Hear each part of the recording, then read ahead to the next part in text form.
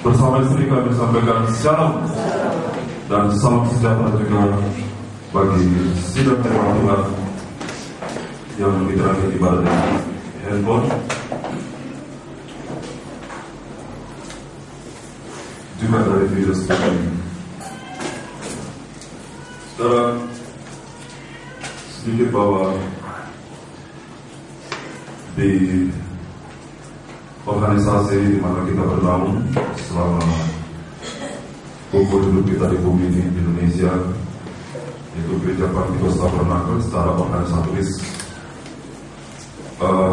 sana peraturan anggaran dasar mengatakan bahwa pengembangan itu otonom, ya, otonom dalam soal keuangan, inventaris. Jadi semacam ini otonom, ya, pusat tidak mencampuri, ya, dalam soal kemajuan pengembangan setempat, dan hamba peraturan lain juga tidak bisa mencampuri. Jadi sudah otonom.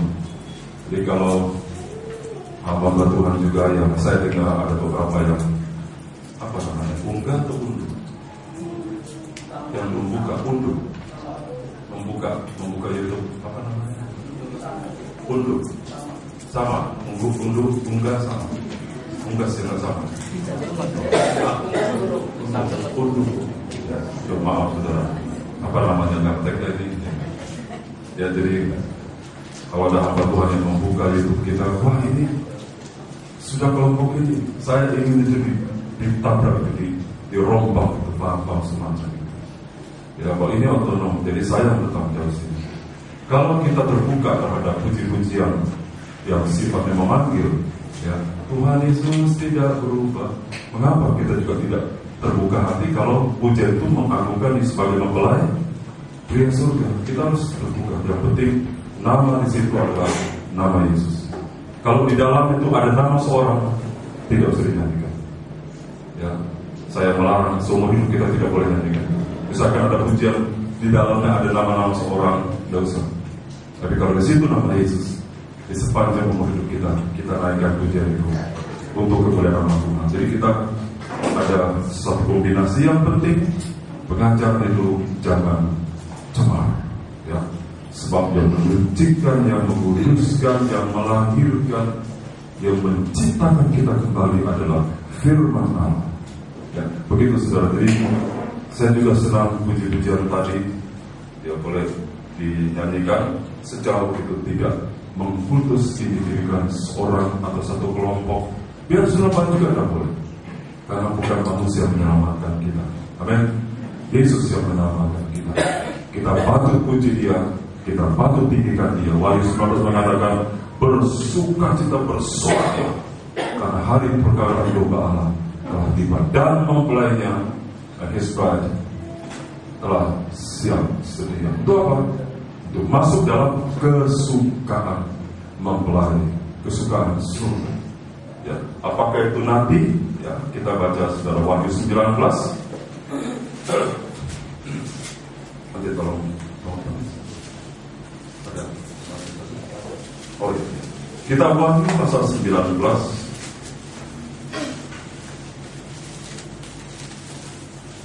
ayat 7.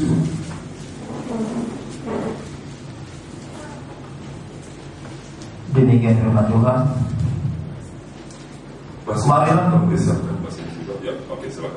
Marilah kita bersukacita dan bersorak-sorai dan memuliakan Dia, karena hari perkawinan anak domba telah tiba, dan pengantinnya telah siap sedia. Ya, marilah kita, ya, tidak ada satu kelompok, semua, ya, lot ons bezin, dan zin pro, ya, wanita. Kalau orang Batak bilang istilahnya Alkitab Bible pro, ya. Pro itu perempuan, pro. Ya. Marilah kita bersukacita dan bersorak-sorai. Oke, dalam bahasa Inggris.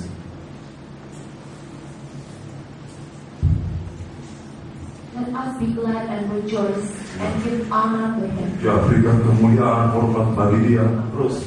For the marriage of the Lamb is come, and his wife hath made herself ready. Ya, jadi ini bukan diklaim satu kelompok ya. Ini Alkitab.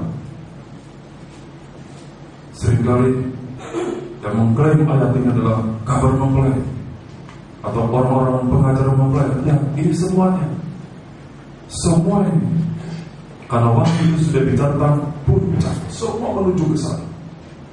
Harusnya yang Protestan, yang Katolik, yang Advent, yang Harismatik, yang Kristen lah, yang Alkitabnya ini harusnya juga bersukacita akan mempelai. Kan katakan hari perkawinan anak domba telah tiba dan pengantinnya telah siap sedia.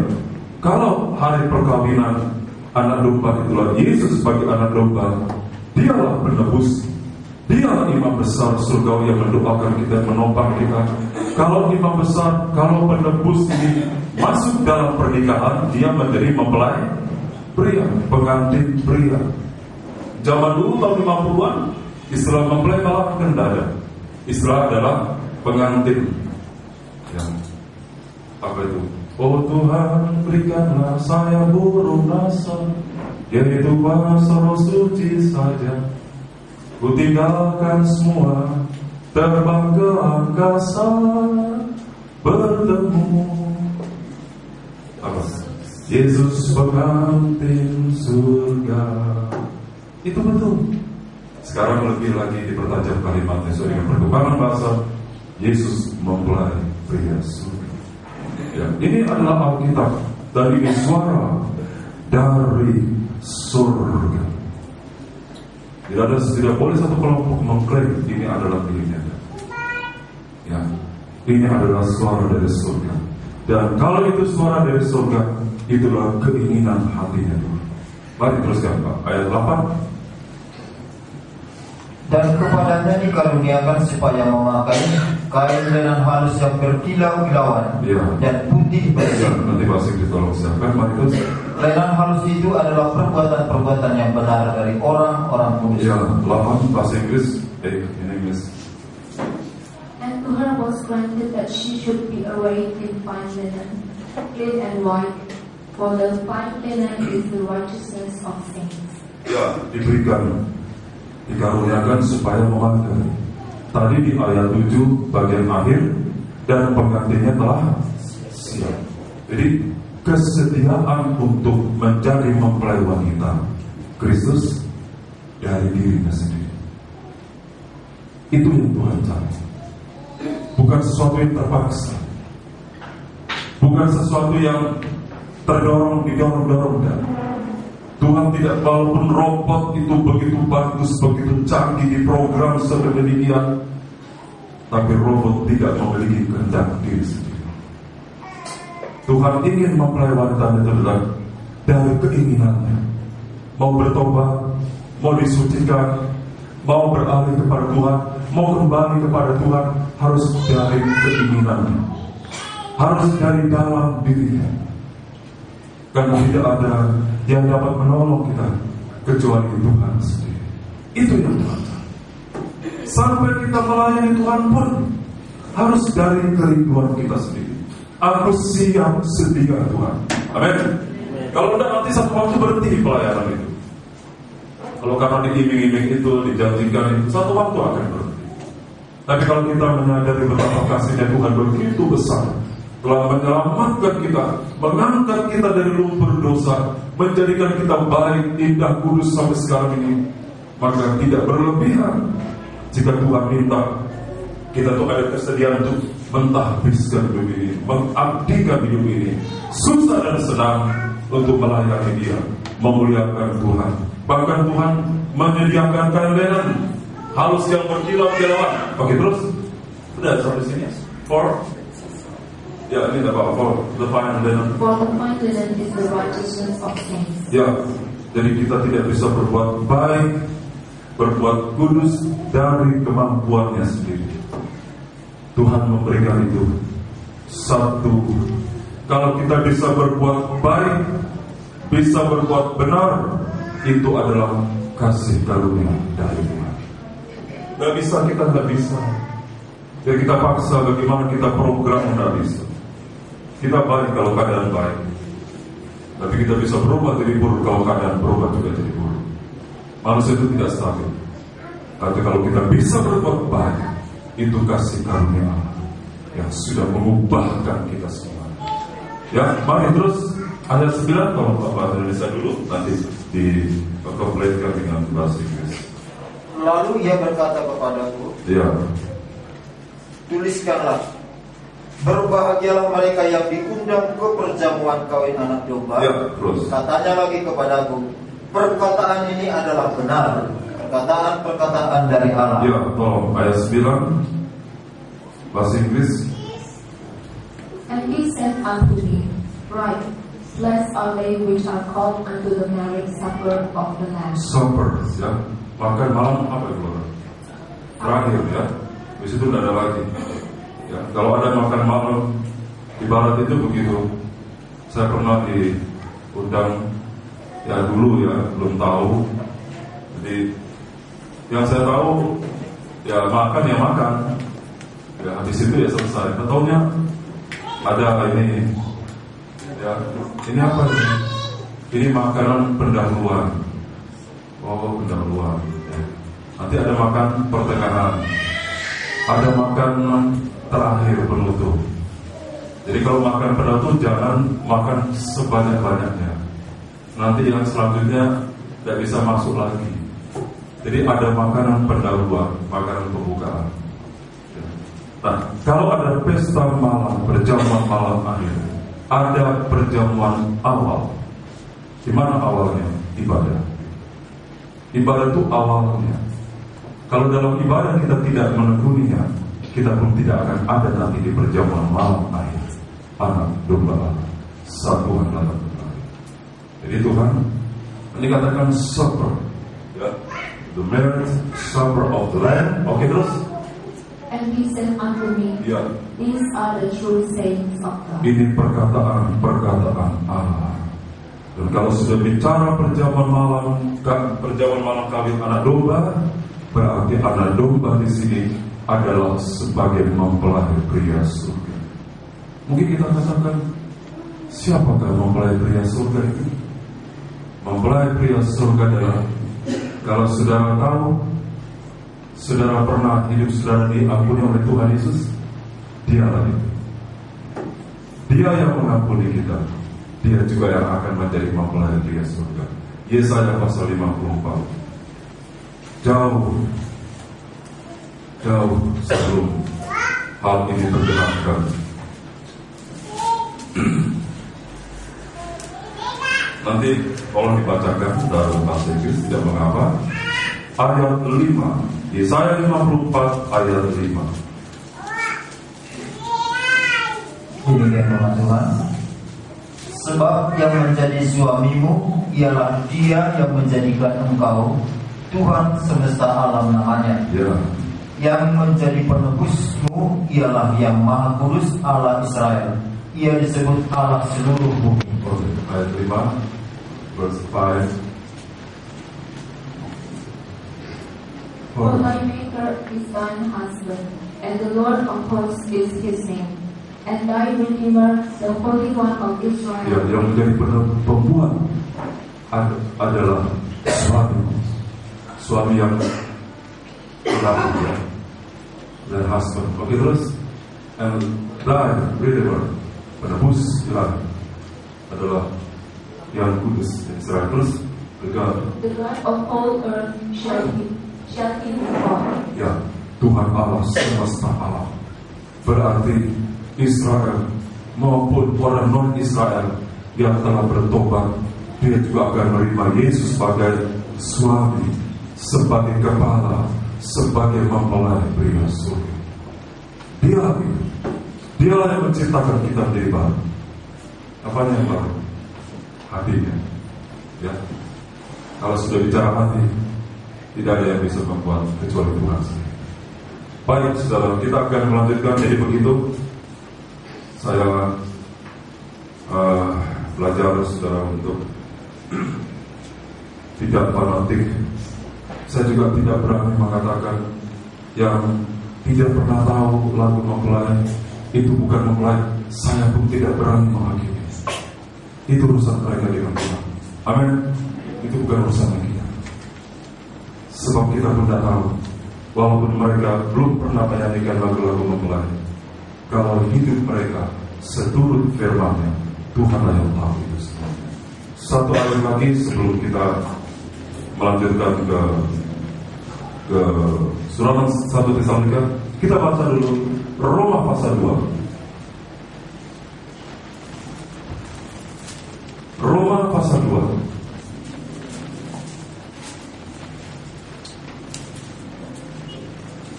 Kita baca, sudah akan dibacakan ayat 26. Ayat 26. Ini Rasul Paulus ya, yang langsung menulis ini. Israel asli, Israel yang ditotok.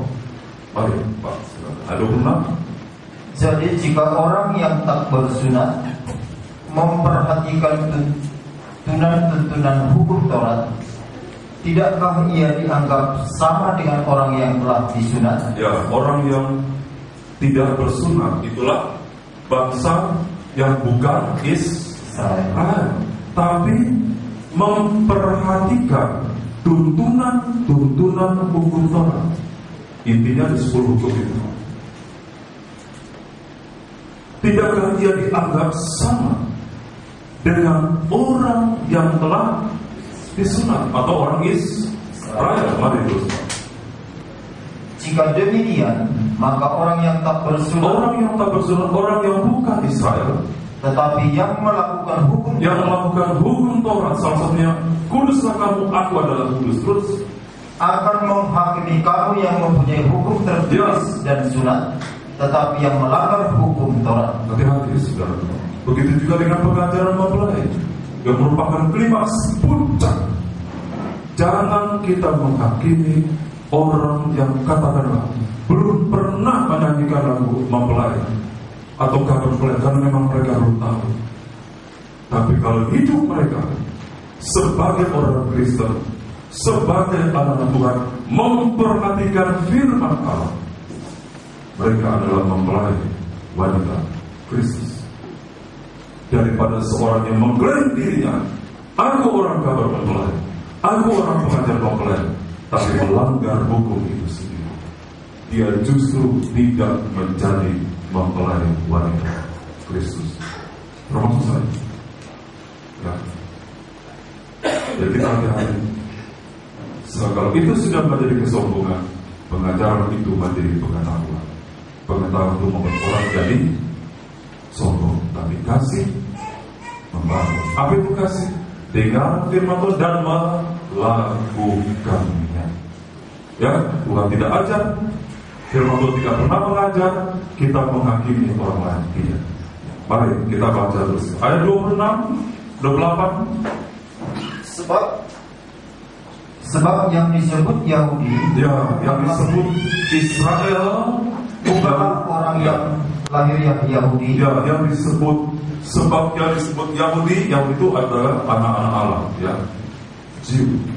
Yang disebut anak-anak Allah bukanlah orang yang lahiriah, katakanlah Kristen, katakanlah orang yang mempelai, katakanlah apa saja, bukan itu. Ya, bukan lahiriahnya itu. Mari terus. Dan yang disebut sunat bukanlah sunat yang dilangsungkan secara lahiriah. Kita baca dulu 9 bersama. Tetapi orang Yahudi sejati, ya dia yang tidak nampak dia, dan sunat ialah sunat dalam hati secara rohani, bukan secara dunia. Maka pujian baginya datang bukan juga dari manusia, melainkan dari Allah yang melihat hati, nurani hati manusia. Jadi kalau kita tahu pengajaran mempelai, jangan kita sombong. Justru kita tahu banyak hal, banyak itu. Kalau saya di Indonesia belajar tidak mau menghakimi siapa.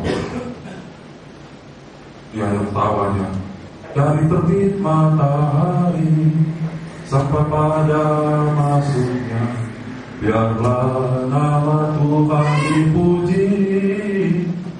Ya. Dia mungkin dari kecil memang dari terbit matahari dia tidak pernah berkelahi. Tapi banyak kali orang yang dari terbitnya sampai matahari itu berbadan ini. Gak berkelahi sama istri, berkelahi sama orang, berkelahi sama Tuhan. Jadi yang disebut mempelai itu bukan secara lahir, tapi batin, hati yang mengasihi, hati yang memperhatikan tuntunan firman Allah. Amin. Karena itu saya latih saudara dan saya baca Alkitab tiap hari. Hati kita akan dituntun oleh firman Allah. Ya, begitu saudara. Sehingga kalau kita mau menyanyi pujian apa saja, lagu rohani umum, lagu dari hidup mempelai seperti tadi, saya juga senang saudara benar dari hati, atau dari Pesalo, atau dari Tabernacle Glory, kita senang sekali karena memang kita memuji Tuhan dari hati yang mengasihi. Ya, puji Tuhan. Sekarang kita akan kembali ke 1 Tesalonika pasal yang kedua. Dalam surat Tabernakel, pasal ini berkedudukan pada baju yang bernama baju efod yang berbicara tentang perjalanan salib dari Tuhan kita Yesus Kristus, dan itu menjadi teladan bagi kita. Minggu lalu dalam kitab Bilangan, waktu Harun mati, maka baju imam besar turun kepada anaknya. Ya, itu berjadilah nama. Sekarang ini perjalanan salib sengsara Tuhan itu diturunkan juga bagi kita. Bukan kita harus pikul salib secara jasmani, tapi penderitaannya Kristus menjadi teladan bagi kita. Ya, sebelum kita masuk 1 Petrus, taruh tangan di 1 Tesalonika pasal 2, 1 Petrus pasal yang kedua ayat 21. Demikian firman Tuhan. Sebab untuk itulah kamu dipanggil, ya, karena Kristus pun telah menderita untuk kamu. Untuk itulah kamu dipanggil. Katakanlah, sebagai orang Kristen, sebagai anak Tuhan, sebagai calon mempelai wanita dari Kristus, dipanggil. Untuk apa? Karena Kristus pun telah menderita untuk kamu. Terus Pak, dan telah meninggalkan teladan bagimu, terus supaya kamu mengikuti jejaknya. Itu mempelai Tuhan, itu anak Tuhan sejati, meneladani penderitaan Kristus. Apa itu? Bagaimana meneladani? Apakah kita harus pergi ke timur tengah sana, berdiri di atas bukit Golgota? Ayo yang lewat, sambung aku.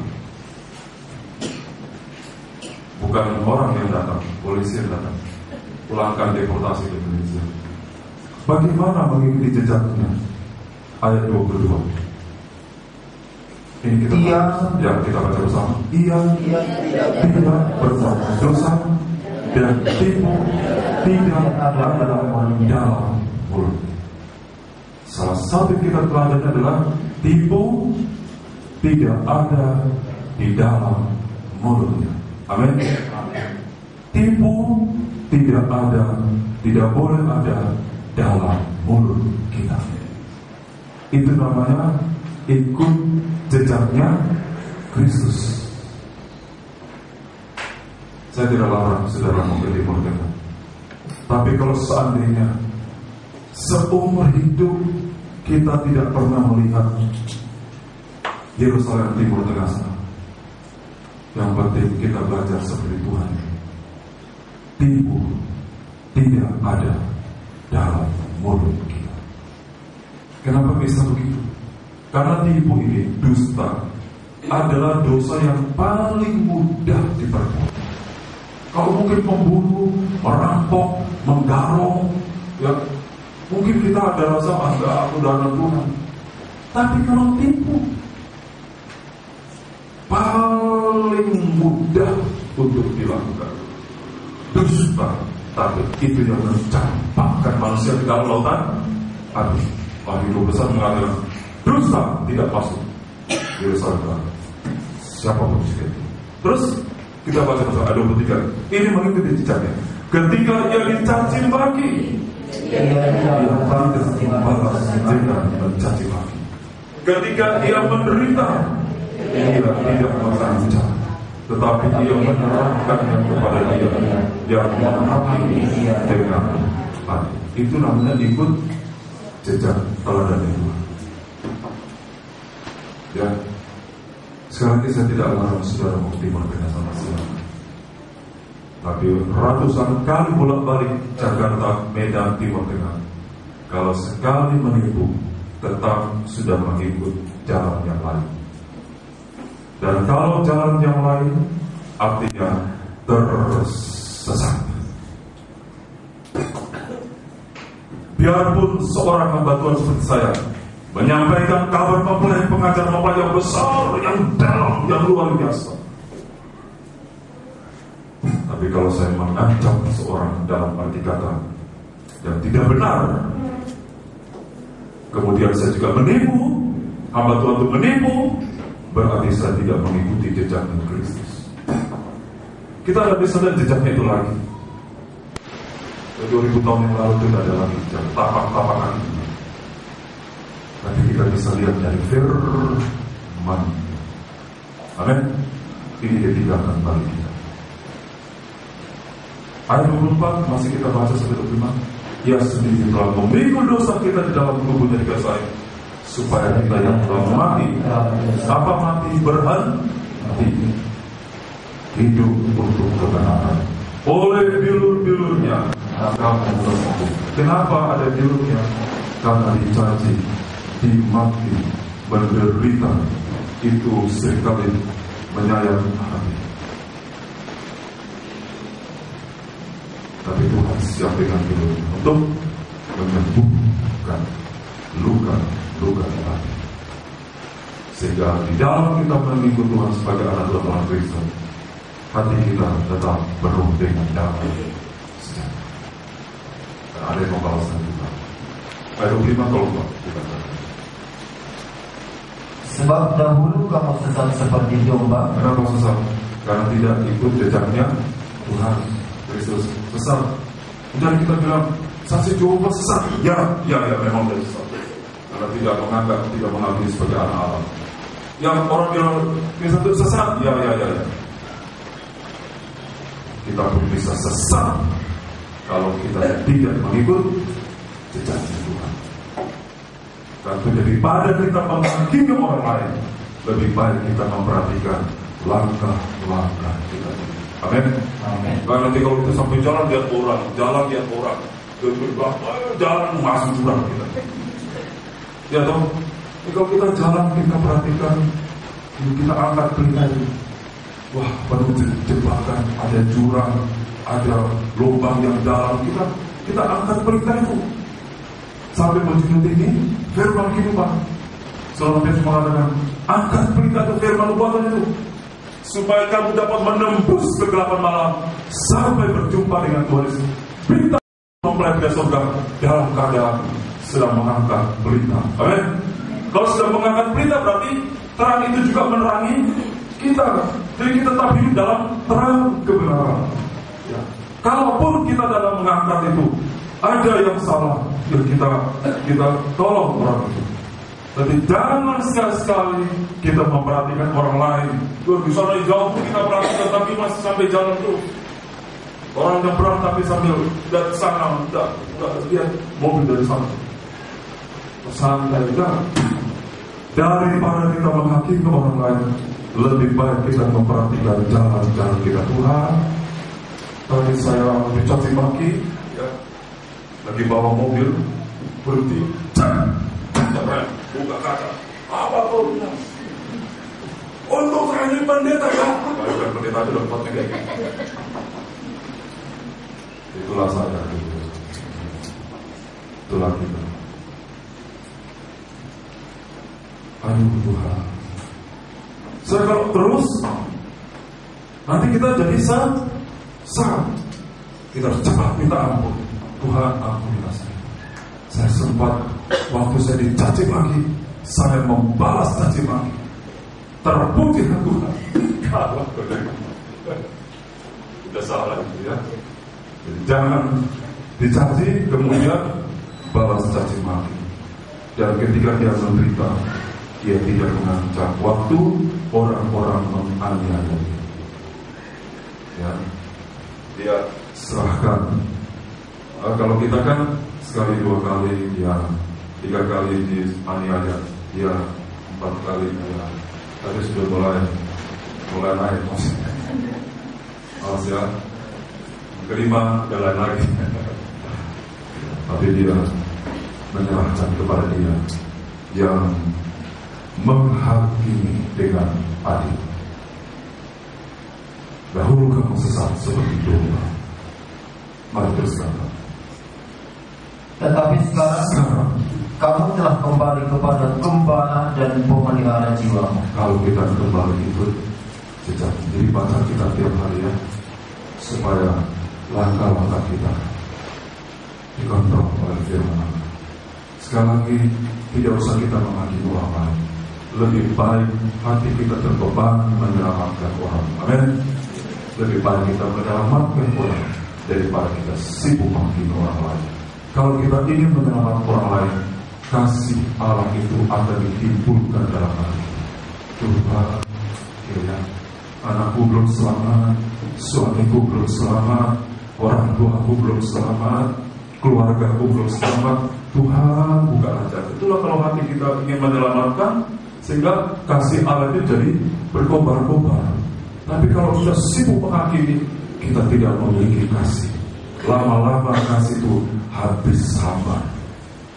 Ya, begitu sudah. Jadi inilah sengsara mengikut jejaknya. Dan kita jangan takut, karena Tuhan juga di dalam kita mengikuti jejaknya. Tuhan menyediakan bilur-bilurnya. Tidak kelihatan, ya, bilur itu darah bercampur air percikan. Tidak kelihatan, tapi itu nyata. Kalau kita kembali kepada firman Tuhan, oh iya ya, Tuhan memikul jauh lebih berat dari aku. Sembuhlah hati kita. Itu namanya baju efod diturunkan kepada anak. Kita adalah anak-anak Allah. Tuhan menurunkan. Bukan sengsara kita pikul salib sana. Tidak selamanya begitu. Tetapi walaupun kita di Medan, kita di kota besar, di kota kecil, di desa, di pelosok, dimanapun kita berada, jangan kita mengambil jalan yang lain. Dimanapun kita berada, kalau kita mengikuti apa kata firman Allah, kita sedang mengikuti jejaknya. Dan memang jejaknya ini banyak kali iblis ingin menakut-nakuti kita. Jangan ikut jejaknya Tuhan. Jangan pikul salib. Jangan mau menanggung sengsara karena firman. Jangan, itu mengerikan. Tapi Tuhan mengatakan, ujung dari perjalanan ini adalah terang yang mulia. Kita pasti bertemu dengan Gembala Agung. Pasti kita ketemu. Amin. Pasti kita ketemu. Karena kita tidak mengambil jalan yang lain. Puji Tuhan. Sekarang kita masuk 1 Tesalonika pasal yang kedua. Karena ini 2 penyembahan, ya, ayat-ayat yang lebih banyak dibaca, namun juga saya akan memberikan beberapa penjelasan. 1 Tesalonika pasal 2 ayat 2, ya, sampai dengan ayat yang kelima. Baik, ayat sampai ayat 6, silakan Pak. Demikian firman Tuhan.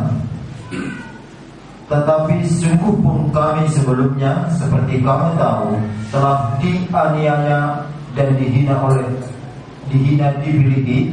Namun dengan pertolongan Allah kita, kami beroleh keberanian untuk memberitakan Injil Allah kepada kamu dalam perjuangan yang berat. Ya, sebab jadi sebentar, jadi dalam keadaan dihina, dalam keadaan dianiaya, asalkan jangan karena perbuatan dosa.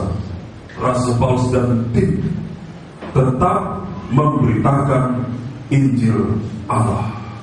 Jadi pemberitaan ini tidak boleh dihalangi oleh aniaya, oleh hinaan, atau juga oleh pujian. Tidak boleh.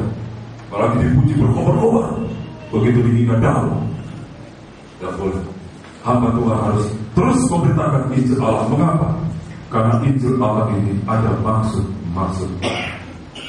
Ya, saudara, kalau ini dibalik kepada sedang jemaat dalam keadaan dianiaya, dalam keadaan dihina di sini, di Filipi, entah kita di Medan, ada dari Lubuk Pakam, ada di mana-mana saja, di sana kita mengalami tekanan yang berat, tapi kita tetap ingin beribadah, ingin bersaksi, ingin memuji Tuhan, maka Tuhan akan tolong kita sehingga apapun itu tidak bisa merintangi kita. Ada halangan tapi tidak bisa dirintangi, ada rintangan tapi tidak bisa dihalangi. Karena bagi kita, saudaraku, hinaan dan aniaya ini, kalau itu karena Injil, itu hanya memurnikan iman kita saja. Mari terus. Ini dalam perjuangan berat ya, dalam delegasi dan jemaat datang atau yang mendengar firman dari pada jelas juga dari dalam perjuangan berat. Saya juga dengar di Kalimantan ada beberapa kali terganggu sinyal Telkomsel, jadi mereka lagi dengar putus, mereka juga berjuang untuk bisa mendengar Injil Allah ini. Karena saudaraku, kita baca saudara dalam suratan Timotius. Ya, saya ingin kita baca bersama. Apa itu Injil? Ya, ayat 10 pasal 1. 2 Timotius pasal 1 ayat 10 kita baca, saudara. Dan ini penting kita mau baca bersama. Dan yang sekarang didatangkan oleh kedatangan Juru Selamat kita Yesus Kristus, yang oleh Injil telah mematahkan kuasa maut dan mendatangkan hidup yang tidak dapat binasa. Injil itu harus diberitakan. Biar hamba Tuhan dalam kesulitan ekonomi, dalam himpitan, dalam tekanan, dalam beban berat, Injil harus tetap diberitakan. Karena di dalamnya itu ada kuasa Allah untuk memerdekakan manusia, untuk merebut manusia dari hidup yang sia-sia, dan juga mematahkan kuasa maut. Neraka itu melumpuhkan orang dari masuk neraka. Itu seorang hamba Tuhan. Demikian juga jemaat dalam perjuangan berat tetap usahakan datang dengan Injil. Saya tidak menemukan ada kabar mempelai, kalimat kabar mempelai, pengajaran mempelai, tidak ada tertulis dalam Alkitab. Tapi pengajaran mempelai, kabar mempelai itu adalah satu istilah yang diangkat oleh hamba Tuhan untuk menunjukkan bahwa Injil itu juga bisa menampilkan Yesus sebagai mempelai pria surga. Beliau mengatakan, baik hamba Tuhan maupun sidang jemaat harus memberitakan dan mendengar Injil. Itu yang dapat menolong kita. Ada masalah tinggal di rumah, itu malah dibelit lagi oleh masalah. Ada masalah yang datang dengan Injil Allah, walaupun dalam perjuangan berat. Kalau kita bisa begitu, saudara, kita sudah mengikuti jejak Tuhan. Sekarang baju ekor itu imam besar tidak lagi dalam bentuk seperti tadi gambar itu, ada tandanya. Nah, tolong. Tapi mengambil teladan Kristus dalam perjuangan berat. Mungkin katakan, ya ini baju imam besar dia warna-warni, kita tidak pakai lagi. Tapi mungkin, aduh saya kesulitan dalam ongkos, aku tidak punya kolektor, aku malu kalau kebaktian dan aku kasih, aku hanya bisa ongkos saja. Ongkos itu sudah kolektor. Kalau memang tidak ada lagi, tenaga itu sudah kolektor, itu sudah persembahan. Kalau kita menyampaikan dalam keadaan bagaimanapun, aku mau mendengar Injil Allah, walaupun dalam aniaya, hinaan, cacian, maki dan sebagainya, kita sudah sama mengenakan baju efod, walaupun tidak kelihatan lahirnya. Hamba Tuhan juga begitu. Jangan karena aniaya, jangan karena susah sengsara, tidak mau beritakan Injil, tunggu kalau punya kendaraan dulu, Lu kalau punya mobil baru, haleluya, haleluya, haleluya sampai istri. Haleluya, puji Tuhan.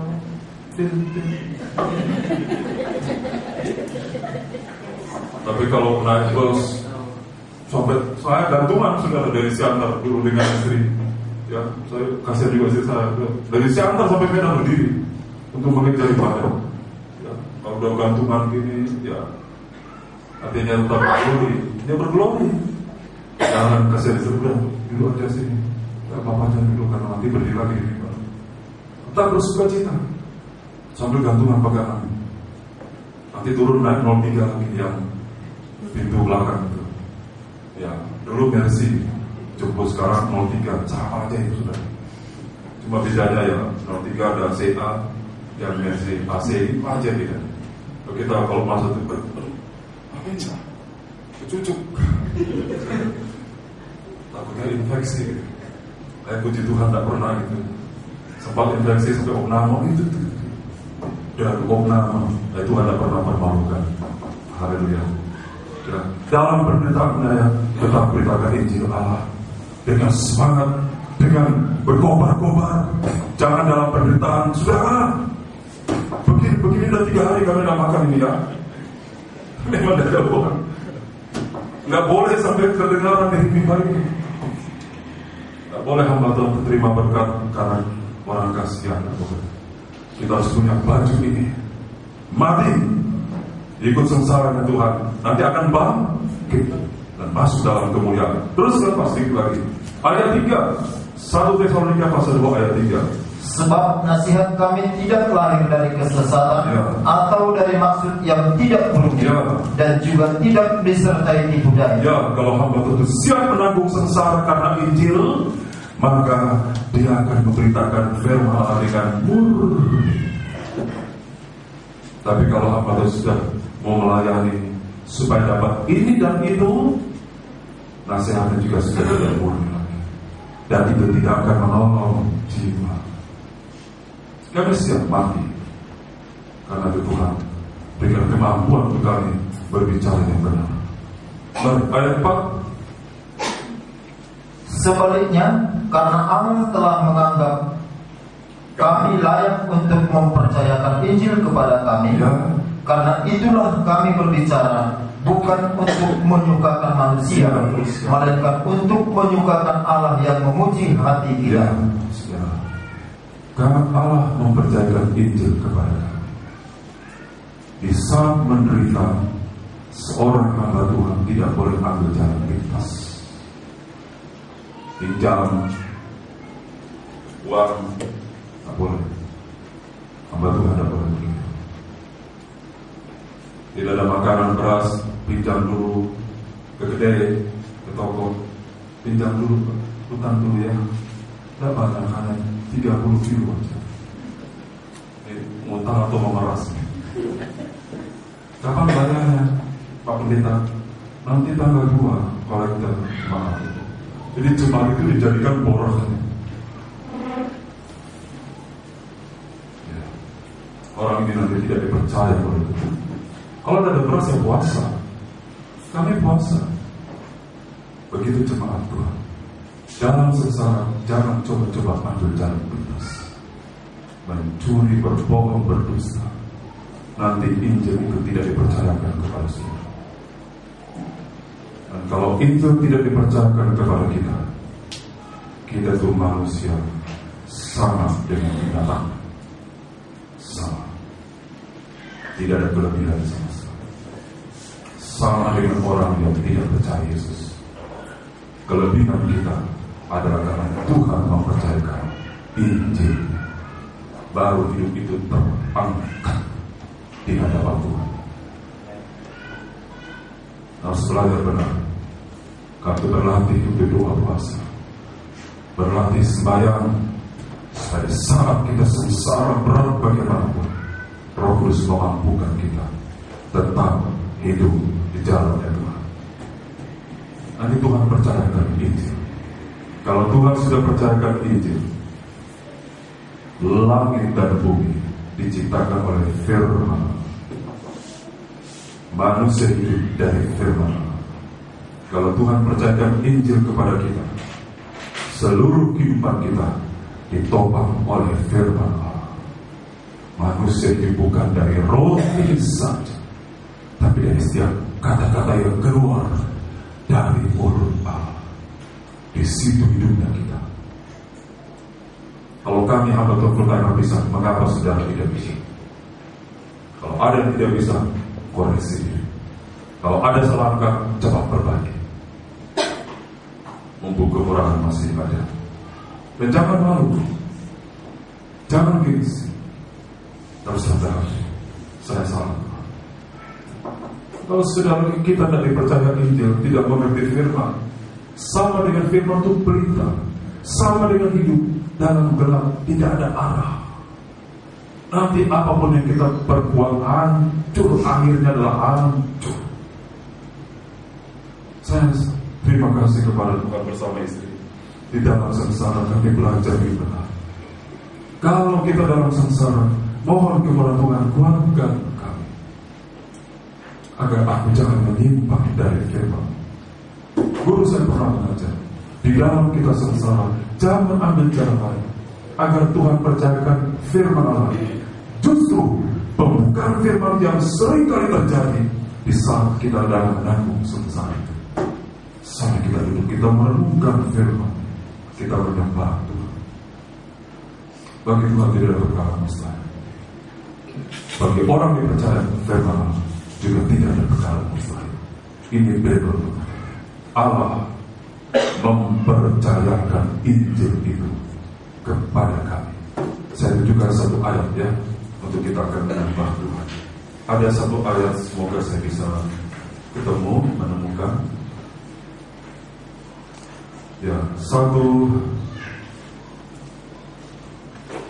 Timotius surah 1 Timotius, dan nanti kita akan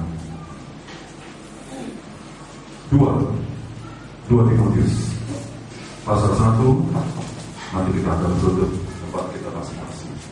2 Timotius pasal 1 ayat 12.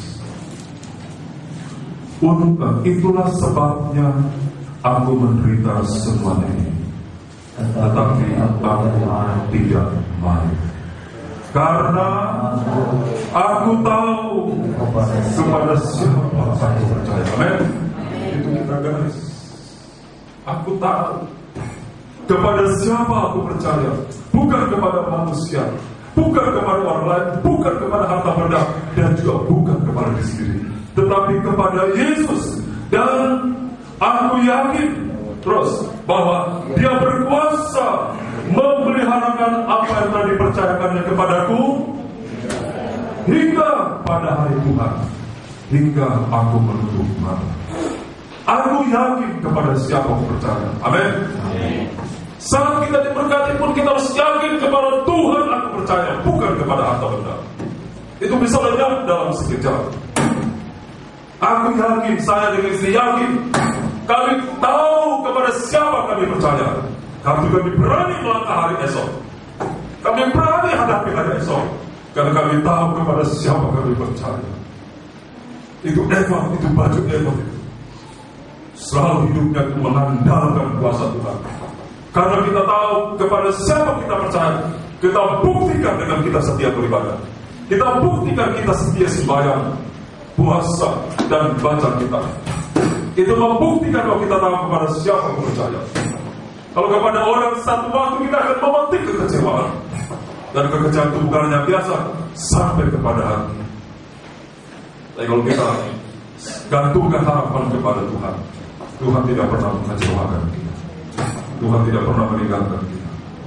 Tuhan memberkati. Mari kita berduduk tempat kita. Yang bisa secara fisik, silakan berduduk tempat di tempat kita masing-masing. Kami merendahkan hati.